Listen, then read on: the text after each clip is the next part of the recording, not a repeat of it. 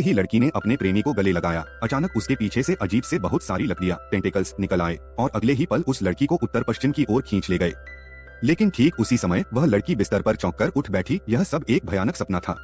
पर ऐसा सपना क्यों आया? असल में कुछ समय पहले एक गुप्त प्रयोगशाला में कुछ अमानवीय प्रयोग हो रहे थे।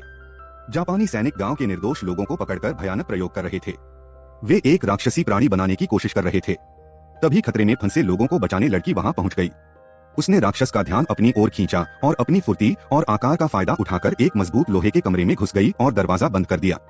इससे कुछ समय के लिए वह राक्षस वहीं बंद रह गया। लेकिन जैसे ही वे दोबारा भागने की योजना बना रहे थे, जापानी सैनिकों ने उन्हें घेर लिया। लड़की और कुंभ पकड़े गए। इसी बीच राक्षसी प्रयोगशाला में कैद एक जवान शान बियो ने मृत सैनिकों को देखा और समझ गया कि राक्षस पिंजरे से निकल चुका है। उसने सोचा कि वह लड़की और कुंभ को प्रयोगशाला की ओर ले जाएगा ताकि राक्षस उन्हें खोजता हुआ वहीं आए। लेकिन तभी उसके एक वरिष्ठ अधिकारी ने योजना रोक दी और कुंभ को अकेले एक दफ्तर में बुलाया। दरअसल उसे भी राक्षस का डर था, इसलिए वह कुंभ के साथ मिलकर भागना चाहता था। उधर शान बियो ने लड़की को एक कमरे में बंद कर दिया क्योंकि उसे वह लड़की जानी पहचानी लग रही थी। पूछताछ के बाद सच सामने आया, लड़की उसी राक्षसी प्राणी की बेटी थी। केवल उसकी मां ही उस भयंकर म्यूटेशन को झेल पाई थी और इसलिए शान बियो को लगा कि लड़की भी प्रयोग में सफल हो सकती है।